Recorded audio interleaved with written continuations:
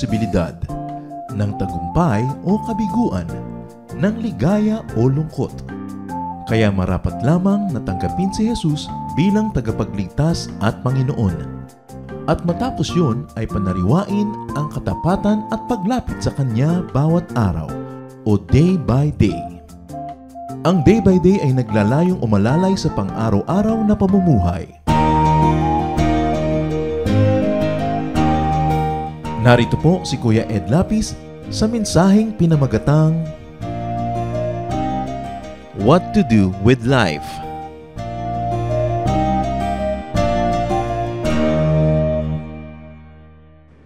Sabi sa James 4:14, what do you know about tomorrow?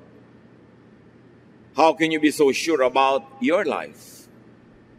It is nothing more than a mist that appears for only a little while before it disappears. Hindi malungkot ang katotohanan ito, basta siya ay totoo lang. Sabi niya, alam niyo tungkol sa kinabukasan. Paano kayo makakatiyak tungkol sa buhay niyo? Ang buhay ay para lang usok na sandali lang na nababanaag at pagkatapos ay naglalaho. And of course, compared to eternity, life on earth is really very short. So it is important to realize and to appreciate what to do with life. Ano nga ba ang dapat gawin sa buhay na pahiram ng Diyos na sandali lang naman at tiyak ding mababawi? Salamat Ama dahil maaari kaming magbulay-bulay sa mga mahalagang tanong ng buhay. At ngayon, Panginoon, pagpalain niyo po kami ng kaliwanagan. Forgive us our sins, cleanse us, empower us to understand your wisdom so we may live life to the fullest and give you glory. Father, we thank you, committing everything to you in the name of your Son, Jesus, who is the author of life. Ano nga ba ang gagawin sa buhay? Laging tanong yan. Itinatanong pagka nagka-high school, nagsisimulang mag-isip-isip ng mga buhay-buhay, tas nalilimutan uli ang tanong na yan when people become busy trying to survive. And then, later on in life, when there's more time to analyze life itself, natatanong uli, ano nga ba ang kahulugan ng buhay at ano ang dapat gawin sa buhay o habang nabubuhay? Unang-una, of course, be born. Begin life. But this is not your doing. God does it to you and for you. Psalm 139:14-16. I praise you because of the wonderful way you created me. Everything you do is marvelous. Of this I have no doubt. Nothing about me is hidden from you. I was secretly woven together in the earth below. But with your own eyes, you saw my body being formed. Even before I was born, you had written in your book everything I would do. Napakalalim ng katotohanan na sinasabi ng Psalm 139:14-16. Pero kung ating sasagipin, sasalain, ang pinaka-main message nito is, ang bawat tao ay nilikha ng Diyos, handiwork of God, creation of God. Na walang napasama sa ating elemento bilang tao na hindi alam ng Diyos, na hindi niya pinayagan o hindi niya ginawa. Ano lang ang kahulugan nun? Na ang basic personhood and humanity of everyone is from God, is of God, is created by God. And because of that, nasabi niya, you had written in your book everything I would do even before I was born. So meron bang tadhana? Meron bang kapalaran? Pag kinonsider natin ang genetics at in-apply natin itong verse na to sa genetics, o genetics is applied and subsumed under these verses, it is saying, genetically, you made me.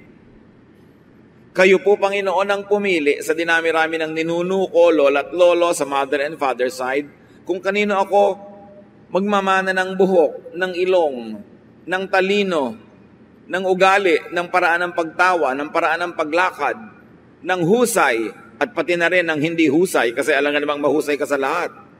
So ang Diyos ang nagtimpla-timpla, naghalo-halo ng iba't ibang mga katangian na galing sa ating genetic pool, lahat ng ating mga ninuno mula pa kay Adan at kay Eva. So apparently, all the genes that would ever appear in humanity were already in Adam and Eve. Pero hindi lahat lumabas sa kanilang katawan. Siyempre, isa lang ang korte ng ilong ni Adan, hindi iba-iba. Pero sa kanyang genes, sa kanyang dugo at laman, ay nandoon at nakatakda ang iba't ibang uri ng korte ng ilong, iba't ibang uri ng kulay ng buhok, iba't ibang uri ng haba at iksi ng mga biyas ng tao na lalabas sa kanyang mga offspring. Ngayon, kung ano ang nangyari sa iyo, kapatid, kung paano ka nilikha, Diyos ang may gawa. Kung magaling ka sa math, magaling ka sa music, magaling ka sa intuitive thinking o sa creative thinking, magaling ka sa sciences, Diyos ang may gawa. Yung mga area na hindi ka magaling, inibinigay niya sa iba para iba naman ang magaling doon. Diyos pa rin ang may gawa ng matatawag na weakness mo, kung tatawagin mong weakness yung area na hindi mo strength. Anong ibig sabihin nito? That God made you who and what you are. Yan ang pasimula sa pagsusuri ng buhay. Your design, your genes gives you some kind of predestiny. Siyempre, pagka nilikha ka ng Diyos na napakatangkad, halos predestined ka na siguro yung magiging airline crew o magiging basketball player o model. Kung nilikha ka naman, ang height mo ay hindi yung hinihingi ng gano'ng mga field, itinakda ka na hindi para doon.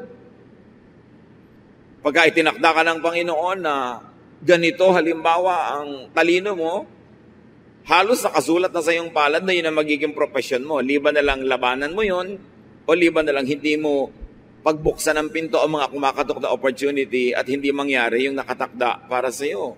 You were created and born that way. Hindi mo nilikha ang sarili mo. Kaya ang unang-unang hakbang para magkaroon ng buhay na masaya, masagana, pinagpala, tanggapin mo muna ang sarili mo at huwag ka magreklamo tungkol sa iyong sarili. May gusto o ayaw ka sa sarili mo, pero hindi naman ikaw ang may gawa niyan. So hindi mo pwedeng ipagyabang ang iyong mga kagalingan, kagandahan, kahusayan dahil Diyos lang ang may gawa. At hindi ka rin naman pwedeng sisihin sa iyong mga tinatawag na kakulangan o kapintasan, kung kapintasan mang matatawag yon. In other words, hindi naman tayo ang lumikha sa mga sarili natin. Kaya dapat, kung mabubuhay ka ng buo, makabuluhan, mabunga, tanggapin mo ang sarili mo at tanggapin mo rin ang iba. At sa abot ng iyong makakaya, na limitado naman dahil may nakatakda, improvein mo kung ano yung binigay sa iyo. Change from glory to glory. But the Bible says, can a leopard change its spots? Or an Ethiopian change his skin? The obvious answer is no. May mga bagay na pwedeng baguhin at improvein, merong hindi, tinatanggap na lang. Sa ating sarili, sa ating kapwa. Sa inyong anak at magulang, sa inyong kapatid o asawa, sa inyong kaibigan, meron kayong dapat tanggapin na nakasulat, nakatakda sa kanyang dugo at laman, genetically, nando na. Merong pwedeng improvein, baguhin yung napalagay lang doon because of nurture and conditioning. Pero genetically, nung ipinanganak ka na, halos nakatakda na ang lahat. Kaya, pag tinanggap natin yan, handa na tayo ngayon na alamin kung ano ang papel natin sa buhay at papelin yun. Kasi pag hindi mo pinapel yung papel mo, magiging second or third class ka lang na trying hard, copycat of somebody else. Ecclesiastes 3:1-2, everything on earth has its own time and its own season. There is a time for birth. Be as you were created and designed. Sabi, pwede bang lumaban ang palayok doon sa gumagawa ng palayok na sinasabi, bakit ganyan ang ginawa mong korte sa akin? Oh, bakit wala akong tangkay? Bakit ganito? Bakit ganon? No. He is the potter, we are the clay. Mas maaga nating matanggap yon, mababawasan ang pakikipagtunggali mo sa mga totoo at natural sa'yo. At mababawasan ang pressure na binibigay mo sa iba na pilitin yung silang baguhin sa mga bagay na hindi naman talaga nababago, tinatanggap na lang at nai-improve naman. So be at peace with yourself and with others. That's how you live life. Pastor, paano ko po pakikasamahan ng asawa ko laging tanghaling magising? Lagi namin pinag-aawayan. Ang tagal-tagal na, tanghali pa rin siyang magising. O di hayaan mo siyang matulog hanggang tanghali. Yung pala ang likas niya kaysa mag-away kayo araw-araw. Kung pwede ka mag-adjust para sumabay sa kanya, adjustan mo. Kung hindi, di magkaiba kayo ng schedule sa umaga. Kaya magulo kuminsan ng buhay natin, lalo sa loob ng pamilya, pinipilit nating baguhin ang lahat ng tao. Mga magulang, kung may isa, dalawa, tatlo kayong anak, hindi pwedeng pare-pareho sila ng ugali. Kasi iba-iba ang pinagkunan ng mga ninuno at iba-ibang timpla. Hindi mo pwedeng hanapin kay bunso yung mga katangian ni panganay. Magulo yung ganon. At mga wives, hindi nyo pwedeng hanapin sa asawa nyo yung katangian ng inyong bayaw o katangian ng inyong kumpare. Magulo yun. Magsimula tayo sa pagtanggap sa ating sarili at sa ating kapwa tulad ng walang patakarang pagtanggap ni Jesus sa atin. Mas tahimik na unang hakbang yun ng buhay. So be born, accept who you are, then grow up. Luke 2:52, and Jesus grew in wisdom and stature and in favor with God and man. So even the Lord developed, He grew. Hindi naman siya ipinanganak na kompletong-kompleto na yung divinity at humanity niya. He grew. So you keep growing and do not stagnate. Kailangan yung alam mo last week, pinalitan mo na ngayon kasi may bago ka ng magandang nalaman. Kailangan yung sistema mo nung 3 years ago, nag-improve na, hindi laging yun, because you have to keep growing. And grow as you were created and designed. Huwag pilitin na maging iba. Doon ka lumago kung saan ka talaga nakahapay, kung saan ka nakatakda. Yun ang i-develop. Leave life stages behind, rising on their foundation. You are an infant first, then a child, and then a boy or a girl, and then a young man or a young woman, then a young adult, then an adult, then a senior adult. Live according to the stages of your life. Huwag magbata-bataan kung matanda na at huwag piliting tumanda yung bata. Yung bata ay bata, huwag nating piliting magkilos matanda. May panahon para sa lahat ng bagay. May panahong maging bata, may panahong tumanda, at may panahong napakatanda. Do not fast forward adulthood in children. We have all the time in the world to become and to remain old. Dapat hindi sobrang agahan yon. 1 Corinthians 13:11. When we were children, we thought and reasoned as children do. But when we grew up, we quit our childish ways. So let children be children, but we should move on and become adults. Sabi nga ng Desiderata, iwan mo yung tapos na.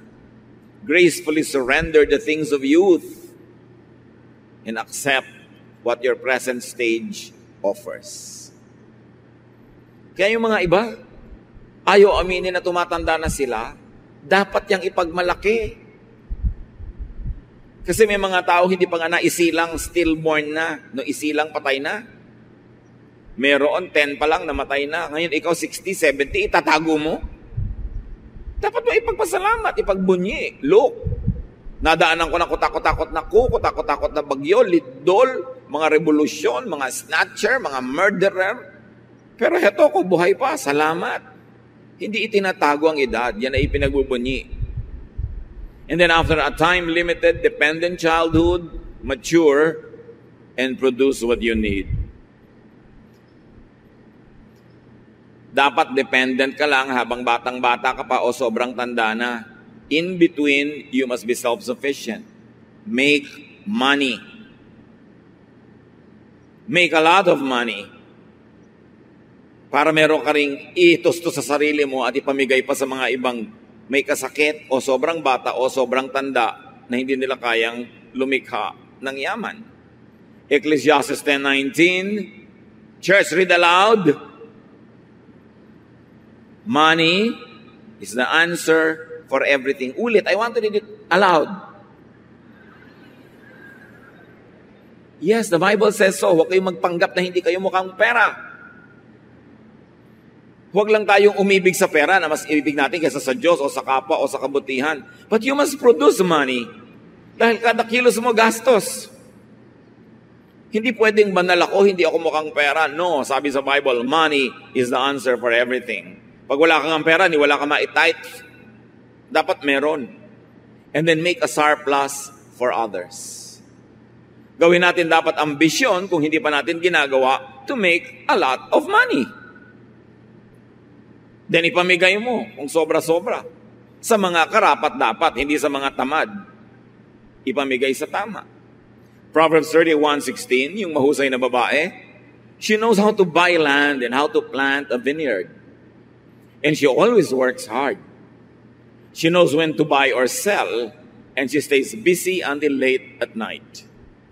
So ganun daw ang magandang katangian, maging ng babae, mahusay magnegosyo, nagbabuy and sell, laging kumikita. Gumagastos, yes, pero kinikita ang ginagastos. Ephesians 4:28, if you are a thief, quit stealing. Be honest and work hard so you will have something to give to people in need. So napakasarap na kumita ng higit sa iyong kailangan, meron kang pwedeng ipamigay. And one of the greatest pleasures in life is to give to deserving people. Titus 3:14, our children should learn to spend their time doing something useful and worthwhile. So bata pa lang, tinuturoan na natin humilig sa negosyo, humilig sa trabaho, humilig sa paghahanap buhay. What else do you do in life as you grow older? Do the maximum good. Lahat ng pwedeng gawing mabuti, gawin. Dahil yan ay tanim na may bunga at ikinalulugod yan ng Diyos. Live life in and through its cycles. And I like to add, allow others to live life through and in cycles. Cycles of childhood, of young adulthood, of adulthood. Dapat lahat yan maranasan ng tao. Ecclesiastes 3:1-8, everything on earth has its own time and its own season. There is a time for birth and death, planting and reaping. Lahat may panahon. May panahon ng pagtatanim, mayroong panahon ng pag-ani. So kayo na mga tinaniman ng mabuti, dapat magkaroon naman ng ani yung nagtanim sa inyo para may panahon din sila ng ani.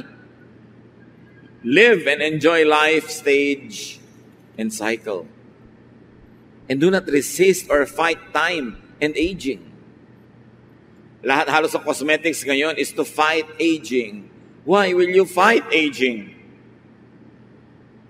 Age is a gift from God.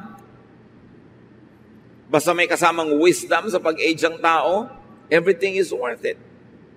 There is time for killing and healing, for destroying and building, for crying and laughing, weeping and dancing, for throwing stones and gathering stones, for embracing and parting. There is a time for finding and losing, keeping and giving, for tearing and sowing, listening and speaking. There is also time for love and hate, for war and peace. So anong sinasabi sa atin, Solomon? Maiksi ang buhay compared to eternity, pero ito'y sapat para magkaroon ng oras sa lahat ng bagay. At huwag pagtakhan. Pagka mayroong mga problema, ang lungkot-lungkot ko po ngayon, ano pong gagawin ko? Di malungkot ka. Panahon ng lungkot. Ba't ka ba malungkot? Namatay po ang asawa ko. Alangan naman ang sumayak ka. Di malungkot ka. Ba't mo pinaproblema yung lungkot mo? Hayaan mo siya, mauubos din yan. Kasi may time naman for dancing. So for time ng dancing and enjoyment, huwag ka mag-isip ng problema. Ang atupagin mo yung enjoyment. You have a lot of time for your problems, pero sayang yung opportunity na masaya, may kainan, may fiesta, mayroong pagtitipon, tapos ang iniisip mo, problema mo. There's a time for that. Especially when you're alone. Pero pag may mga tao, pwede mo silang ma-enjoy, pwede ka nalang ma-enjoy, sinasayang mo ang pagkakataon. Kung ano dapat yung programa ngayon, anong nangyayari, sakay ka lang ng sakay. Huwag mo nang balikan yung problema mo ng nakaraan, kasi hindi oras yun ngayon para mo isipin. At huwag mong isipin ngayon yung magiging problema mo bukas. Pagdating niya bukas, tsaka mo na isipin. Kung anong nandito, live in the moment. Be in the moment. Enjoy if it's enjoyable. Mindful that it won't last. Gusto ko idiin mga kapatid. Pag enjoyable yung time, lubusin nyo, lasapin nyo yung sarap at saya dahil alam nyo hindi rin yun magtatagal. May ending din yun, yung party. May ending din yung saya. So habang nandun, ubusin nyo ang pwede nyong maubos. Ngayon, pag oras naman ng lungkot, oras ng sakit, oras ng pagdurusa, paghihirap, endure time if it is painful. Thankful that it won't last either. Pag masaya, enjoy it. Mindful that it won't last. Pag malungkot, endure it. Thankful that it won't last either. Natatapos din ang hirap. Natatapos din ang lungkot. At kung anong ibigay sa inyo ng Panginoon, huwag kayong maarte, huwag kayong mag-guilting, enjoyin kung ibinibigay sa inyo. Ecclesiastes 11:8, even if you live to a ripe old age, you should try to enjoy each day. So ano sinasabi ni Solomon? Kahit matanda ka na, maghanap ka pa rin ng gimmick. Maghanap ka ng fun. Feel young.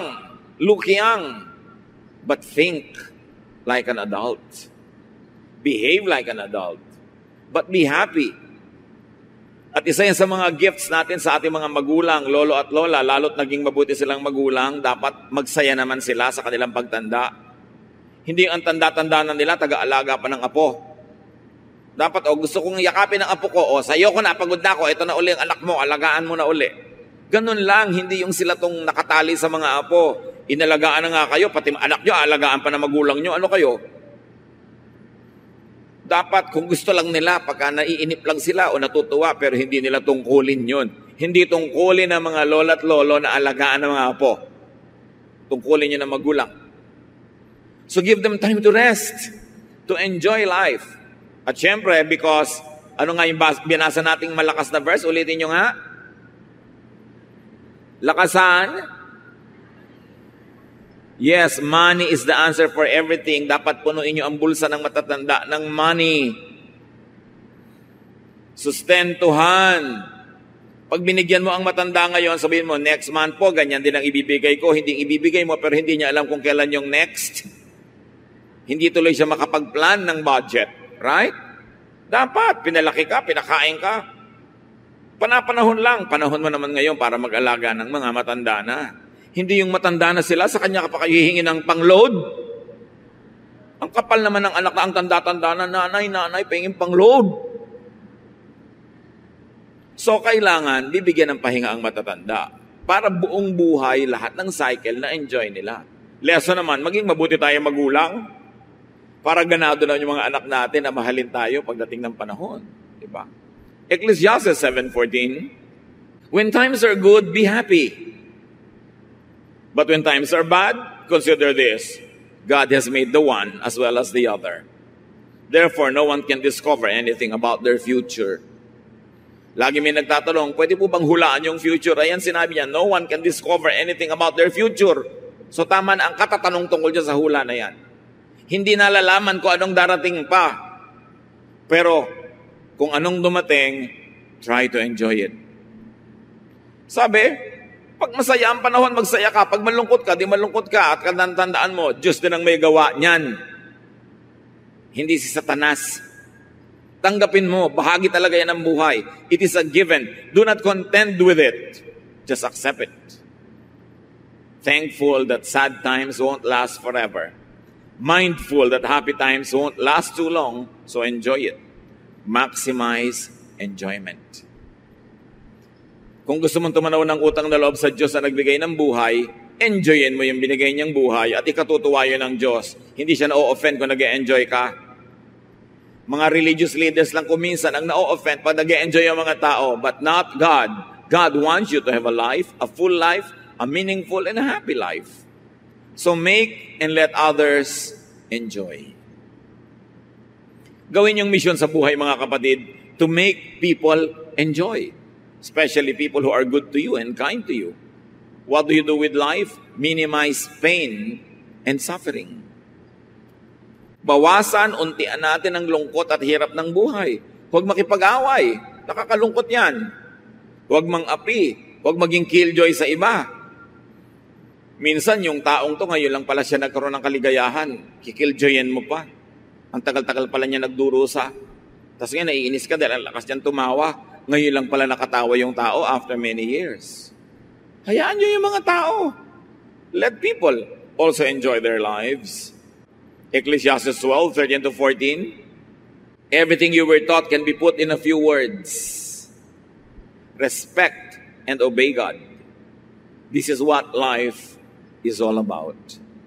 God will judge everything we do, even what is done in secret, whether good or bad. So laging igalang ang Diyos. Itrato ang mga tao tulad ng gusto ng Diyos sa pagtrato natin sa kanila. Igalang ang ating sarili, mahalin ang buhay. At kung kaya mo, get a partner. Or a substitute. Maybe a friend. Kasi kung wala kang tunay na romantic partner, maybe there's the next best thing. But always have a partner, a friend, someone that you share time and space with. Genesis 2:18, the Lord God said, it isn't good for the man to live alone. So mga magulang, huwag tayong mangontrabida sa mga nagugustuhan ng ating mga anak. Sila ang makikisama. Dapat ang kasama nila sa buhay, yung gusto nilang kasama. Yung masaya silang kasama. Hindi yung gusto natin para sa kanila. Hindi naman tayo ang makakasifing nun at makakasalo. Pero siyempre, mga anak, makinig din sa opinion ng magulang kasi kung minsan, dahil sa edad, marunong na silang kumilatis kung sino ang problematic person pala at hindi makakabuti para sa iyo. But at the end of the day, it's really the choice of the one who is going to get into the partnership. And let's allow people to have their own partners. Huwag tayong mga kontrabida.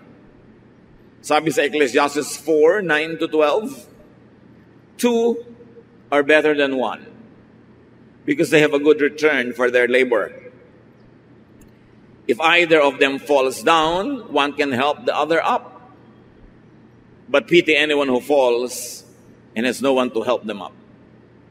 Also, if two lie down together, they will keep warm. But how can one keep warm alone? Though one may be overpowered, two can defend themselves.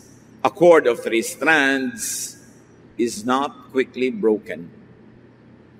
So napakalino ng sinasabi na mabuting ang tao may kasama sa buhay. Kung may romantic partner, the best. Ngayon, kung wala nun, the next best thing. Merong matalik na kaibigan, merong mabuting kasama sa negosyo, kabarkada, kaibigan, kasi ang buhay mas mabuti kung merong kasalo. At tayo naman, huwag maging maramot, huwag maging mapagkait sa ating kapwa na nangangailangan ng kasama sa buhay. Marami ganyan mga anak, mabubiyudo ang tatay, mabubiyuda ang nanay, ayaw ng pag-asawahin uli. Remember that marriage is only until one of them dies. And when one passes on, the person is free to marry again. Maraming mga anak ayaw pagsawahin yung tatay.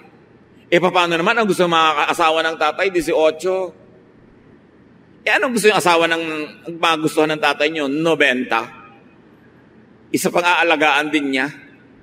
Alam nyo, akala natin last lang yon, yung gusto ng matanda bata. Hindi lang yon.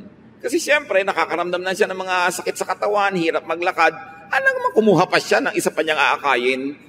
So nagkakaroon siyempre ng natural attraction sa young, sa strong, sa cheerful, sa happy. Why na ipagkakait sa mga magulang yon? Dahil natatakot kayo may kaagaw kayo sa mana? Sa mga lupa, sa kuko ng tatay nyo, maghahati-hati kayo sa konting lupa. Pagkakaitan nyo siya ng kaligayan. Bakit? Masisipingan nyo ba siya? Makakamot nyo ba yung likod niya the way a wife or a partner could? So bakit nyo pagdadamutan? Ipinundar niya yung kanyang mga property, natatakot kayong pag mamatay siya, may mapunta doon sa kanyang mapapangasawa. Maraming anak, ganun ka-selfish. Magpundar kayo ng property nyo kung gusto nyo magkaroon. Huwag nyong bigla na lang titigan yung mamamanan nyo na pinagkakaitan nyo yung matanda na makapag-asawa sa takot nyong mabawasan ng mana. Meron pa, nanay, ang tanda-tanda nyo na, nakakahiya naman po na mag-asawa pa kayo. Bakit nakakahiya? Marriage is honorable, no matter what the age. Sasamahan nyo ba siya araw-araw? Pumupunta lang naman kayo kung birthday, o pag Biyernes Santo, o pag Noche Buena. Ibang araw, wala namang kasama yung matanda. Ba't di nyo hayaang may kasama? Don't be a killjoy. Let people have partners of their choice. Choice nila yun. Si King David nga nung matanda na hindi na matanggal ang ginaw sa katawan.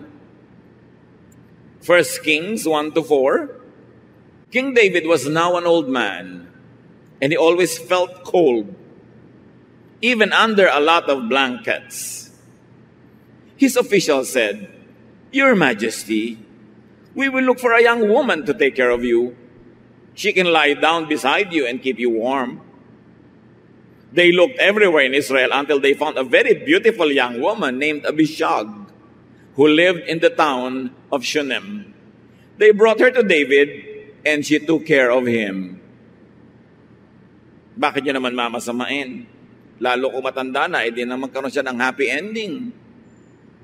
Para yung pag-exit niya sa mundo, nakangiti siya.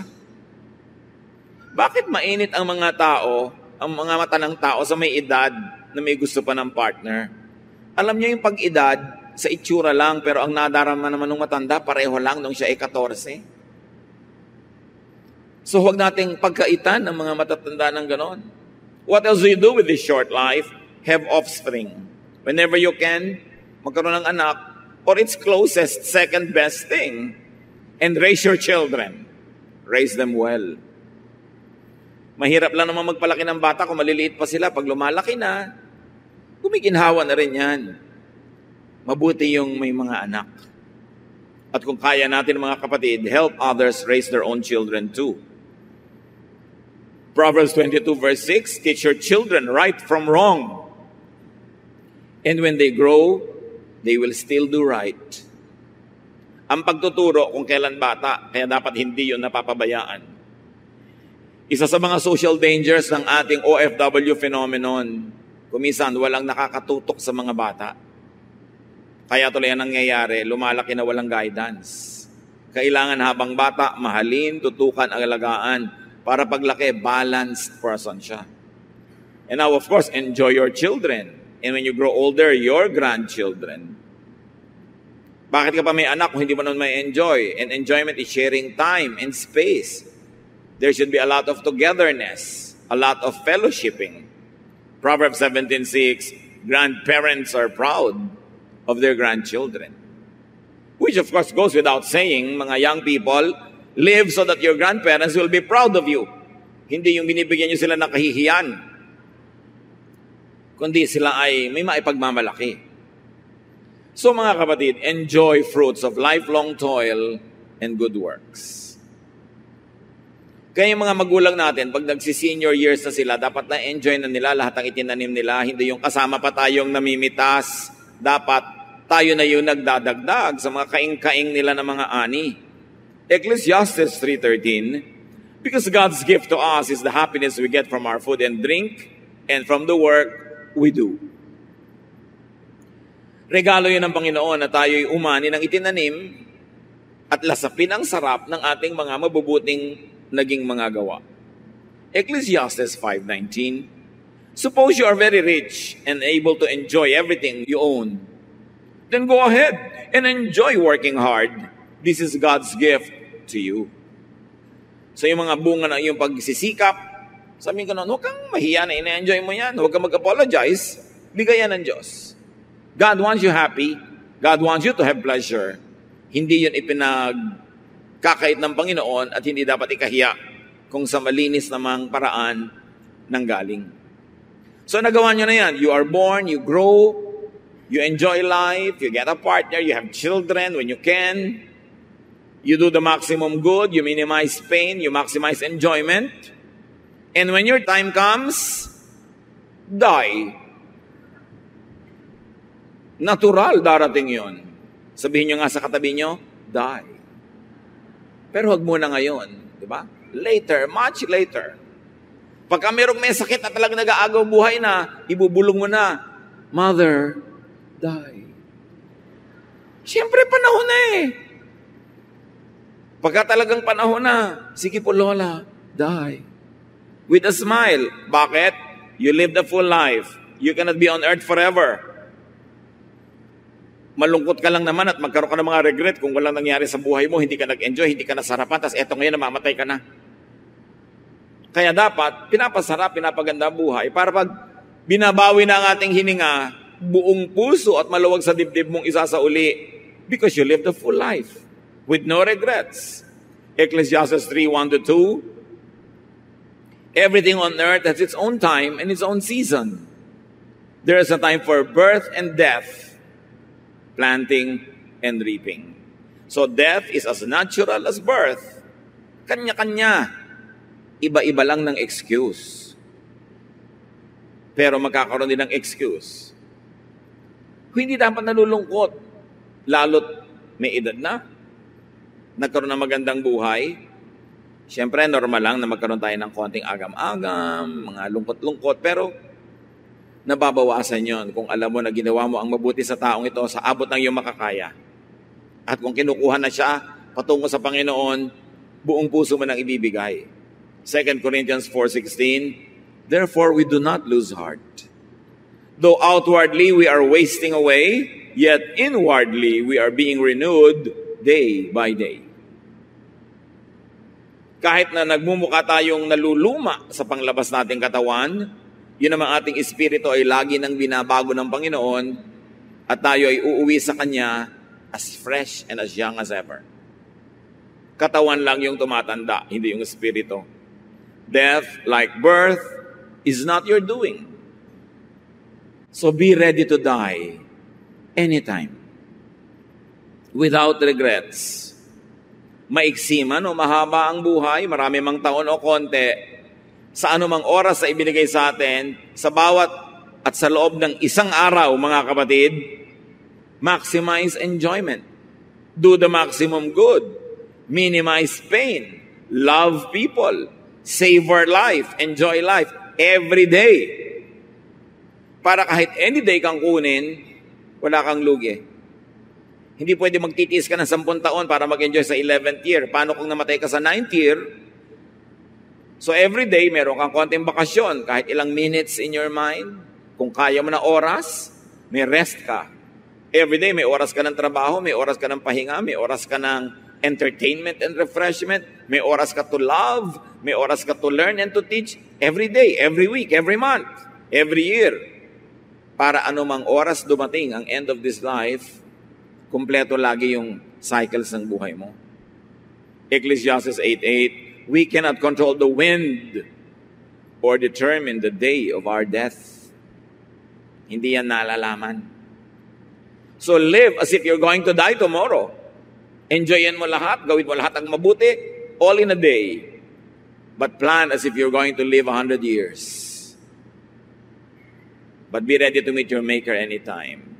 And also, be ready for other people's death. Hindi lang tayo dapat handa sa sarili nating pagpanaw sa mundong ito, handa rin tayo sa pagpanaw ng iba, lalo na mga mahal natin sa buhay. Paano tayo naghahanda? Mahalin mo na ngayon. Bigyan mo na ngayon. Patawarin mo na ngayon. Pagbigyan mo na ngayon, para bukas, kung siya binawian ng buhay, wala kang ipinagsisisi. May sakit, dalawin mo na pag nalaman mo agad. Hindi yung next week pa dahil baka bigla siyang bawian ng buhay sa gitna ng week. Eto ka ngayon, nagsisisi. Bahala ko lang ang dalawin eh. Hindi na ako nahintay. Bakit naghihintay ba ang kamatayan? Para hindi tayo sobrang mabigat ang loob pag merong sumakabilang buhay, lahat ng kaya nating mabuting gawin, gawin na natin. Wala kang guilt. At na-enjoy niya yung kabutihan. And when God calls you, then enter eternity. Next chapter naman ng buhay. Absent in the body, present in the Lord. Solomon says that when we die, the body returns to the ground where it came from, and the spirit returns to God who gave it. So minus all the human and earthly drama, that is really glorious to return to God. Pero dahil hindi naman natin talaga alam na alam kung ano naghihintay doon, kaya hanggat maaari, nagtatagal tayo dito kasi itong alam natin, itong kilala natin, but God has a plan for you. So live your life now while on earth, and when God calls you, go there. 2 Corinthians 5:8, we should be cheerful because we would rather leave these bodies and be at home with the Lord. So ganun din dapat ang pagharap daw, maging sa kamatayan hanggang maaari. Be cheerful because you will leave this body but be at home in God. Kaya ang sabi ng Philippians 1:21, if I live, it will be for Christ. And if I die, I will even gain more because I will be with Christ. So between birth and death, there is a very narrow timeline. Make the most out of life. Huwag kayong magsayang kahit ng isang araw. Yung nagtutulog ka, nakatunganga ka maghapon, sayang. Lalo't kung mahaba ka rin naman matulog sa gabi. Kung kumpleto na ang tulog mo sa gabi, huwag ka na magtulog sa araw. Dumalaw ka sa isang mahal mo sa buhay. Magsulat ka ng nobela. Sumulat ka ng tula, magtanim ka ng halaman, kumain ka na masarap, mag-volunteer work ka sa mga nangangailangan, gumawa ka ng mabuti para sa iyo, para sa kapwa. Bawat araw meron nun. Kasi yung araw na walang nangyari, sayang. Bilang ang ating mga araw. Killing time is harming your own eternity. Kaya ano kayang gagawin ko ngayon na mabuti? Hindi walang magawa? Sayang, wala kang magawa. Kung alam mo lamang sana ang iniisip ng mga paralitika, mga hindi makagalaw, mga puro tubo ang katawan na hindi makagalaw, kung anong gagawin niya sa katawan niya kung katulad mo na pwedeng gumalaw, tas ikaw na pwedeng gumalaw, walang ginagawa. Sayang. And do not problematize life. Live it. And let others live their own lives. Every moment of it. Live day by day. Live by the moment. Live in the moment. Mga kapatid, kumakain kayo halimbawa, stop texting. Maliban na lamang na life and death yun. Magkakaharap kayong pamilya, wala naman nag-uusap, nagte-text lahat. Pagkakataon nyo na yun na mag-usap-usap, mag-fellowship. Kaya meron isang matinong ina, ang husband niya nagtatrabaho abroad, uuwi sa bakasyon, sabi sa mga anak, pag nandito ang daddy nyo, walang internet, walang Facebook, walang text. 10 minutes lang everyday. Asikasuhin yung daddy nyo, makipag-usap kayo, makipag-fellowship kayo. Dahil sayang ang oras. Pag kumakain kayo, lasapin nyo yung kinakain nyo. Yung lasa, enjoy nyo sa inyong labi, sa inyong dila, sa inyong lalamunan. Hindi lunok lang ng lunok na hindi nyo nalalasahan. Hihiga ka, lasapin mo yung sarap ng bagong palit na bedsheet. Yung lambot ng yung higaan, yung lamig ng electric fan o ng aircon o ng hangin. Enjoy the moment because it is God's gift. Bakit tayo binigyan ng tenga? Para marinig mo ang musika. Merong musika, may iyak ng bata, may tawanan ng mga bata, may ihip ng hangin, huni ng ibon. Enjoy it. Kaya ka binigyan ng tenga. Sayang naman, ang daming humuning ibon, hindi mo malang napansin. Kaya ka binigyan ng mata to look at nice things and beautiful things. And when you look at painful things, to do something so that that pain could be alleviated. Kaya ka binigyan ng dila na panglasa para pag kumakain ka, masarapan ka, hindi ka lagi nagmamadali. Pagkakain ka, relax and enjoy the meal. Enjoy the conversation. Be in the moment. Merong mga nanonood na nga ng magandang sine, text pa rin ang text, nakikipag-usap pa sa phone. Nandun ka na nga. Kung ano yung nandun, yun ang gawin. Lagyan ng oras para sulit ang bawat sandali. Hindi mo alam kung bukas mabigla ka mabingi. Biglang may pumasok na ahas sa tenga mo at nabingi ka na. Hindi mo na alam. So enjoy hearing now while you can. Habang nakakakita ka, tumingin ka na mabuti. Habang nakakalakad ang iyong paa, maglakad ka na, mag-gimme ka, mamasyal ka. At huwag kang mangharang doon sa mga gustong mamasyal. Kasi may mga moment na hindi ka makalakad. James 4:14, what do you know about tomorrow? How can you be so sure about life? It is nothing more than just mist that appears for only a little while before it disappears. So live mindfully. Kung anong nagaganap ngayon, doon yung ilagay yung isip nyo. Nandyan yung tatay mo nagsasalita, pakinggan mo, hindi yung lumilipad ang isip mo. Kasama mo yung asawa mo, enjoy the moment, hindi yung kung ano-anong ini-imagine mong ibang bagay. Savor the time and place. Nagbabakasyon kayo, huwag kang umimbento ng gulo o away, sige na, todo pasa na lang, lampas lahat, para masarap ang panahon. Savor the sensations and the feelings. Napakahalaga ng feelings. Expose yourself to what makes you feel good. There's nothing wrong with that. Basta hindi nyo ninanakaw o inaagaw sa ibang tao. And make people feel good. Mga kapatid, binigyan tayo ng dila. Dapat more than 95% of the time, pag may sinabi tayo sa kapwa, they feel good. Not bad. At kung magkikriticize tayo, let it be founded on truth and criticism na hinihingi ng tao. Pero marami sa atin, paano natin minimisuse ang ating dila? Pag nagsalita tayo, may nasasaktan, may nagdaramdam. Meron people who feel bad. So ano kayo, gift or curse to humanity? Make people feel good. Compliment them. Ang ganda-ganda ng haircut niya, appreciatein mo. Bihis na bihis ang iyong asawa, may lakad kayo, parang wala ka nakita, parang isang sakong bigas lang yung nakita mo, wala ka man lang comment. Di mo lang sabing, napakaganda talaga ng asawa ko, napakapalad ko. Di ba, ang saya-saya niya, bukas, ang init-init na sinangag, ang kakainin mo, hindi lamig. Make people feel good. Akala niyo ba yung mission, yung magpunta lang sa Africa, sa mga kabundukan, dalhin doon ng Biblia? Ang mission is to bring the love of Jesus to the next person. Hindi mo kailangan magbiyahe ng malayo. Bring the love of God, the cheer, the happiness, the pleasure. Mission yun. Sabi ni Lord, I came that you might have life and find it to the full. So when you make people find their lives and their fullness, you are doing the mission of Jesus. Jesus has come to me, all of you are tired and heavy laden, and I'll give you rest. So when you give rest to people, you are doing the work of Christ. Hindi lang yung magtayo ng mga simbahan at gumawa ng mga evangelistic rallies. Well, yes, they are works of Christ. Pero hindi lang yun ang ibig sabihin nun. When you make people happy, when you give them peace, when you give them love, you are extending heaven to people. So do your best and don't worry about tomorrow. Matthew 6:34, sabi ng Panginoong Jesus, don't worry about tomorrow. It will take care of itself. You have enough to worry about today.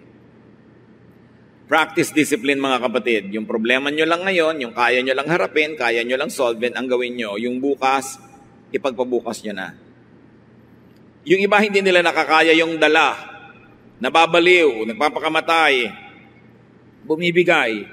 Kasi dinadala ngayon, pati yung problema na pang next week. The grace of God today is enough for all the trials of today. Tomorrow's problems will be accompanied by blessings of God tomorrow. Sabi sa Psalm 90 verse 12, teach us to use wisely all the time that we have. Gaano karaming oras pa kaya, araw, buwan, minuto ang natitira bago tayo humarap sa Diyos at mabawian ang buhay? Use wisely all the time that you have. To love, to be loved, to do the maximum good, to share the gospel of Jesus to people, not only the words of the Bible, but love in action as exemplified by Jesus. And when your time comes to meet your Maker, die. Ganon talaga ang buhay. Huwag dramahan masyado. Meanwhile, while you are not being called to eternity, live. Get a life. Kaya nga napakaganda ng Tagalog na mabuhay. Sabi sa Spanish, a vida. Kailangan magkaroon ng buhay ang tao. para hindi sayang ang panahon. Ama namin sa langit, salamat sa pahiram niyong buhay. Nawa huwag niyo kayo makitang bulagsak, nag-aaksaya, sumisira ng minuto, ng oras, ng araw, ng linggo, ng buwan, ng taon. Kundi matuto kami to be responsible. At aming ma-appreciate, Panginoon, na ang lahat ng ito bigay niyo, may kahulugan at may misyon, may hirap, may sarap na kasama ang bawat sandali. Teach us to be wise, how to deal with time, and how to live life to the fullest. Pagbulay-bulayan natin mga kapatid kung paano i-apply sa buhay ang mga pinagsaluhan natin. Lord, teach us to number our days.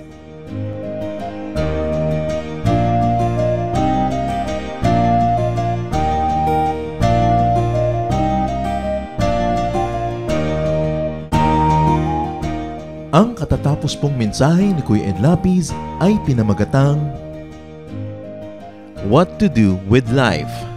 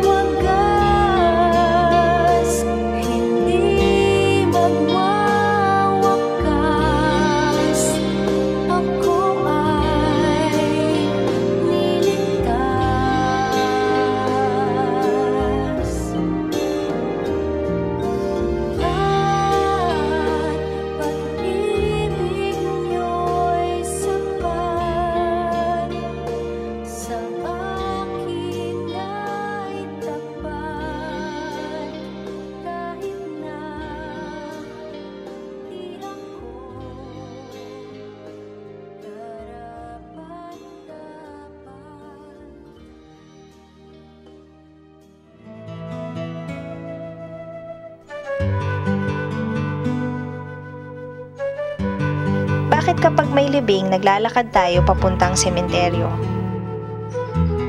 Meron kasi tayong konsepto nga ng timelessness. So, kung bibilisan mo naman yung libing, natapos agad. Parang goodbye agad, madali. Ayaw nga natin ng madaling goodbye, gusto natin prolonged. Di lalo na kung huling paalam yan at dadalhin mo na siya sa kanyang libingan, pinapatagal mo pa.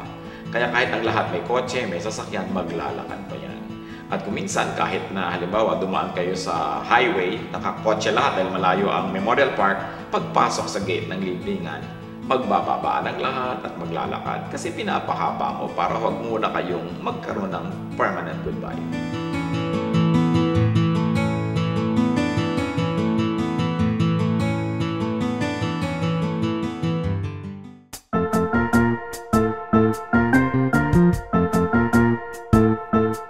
Oras na po para pansamantalang magpaalam ang programang Day by Day.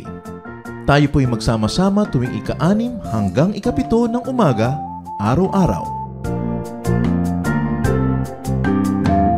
Magandang umaga po at mabuhay ang Panginoong Hesus!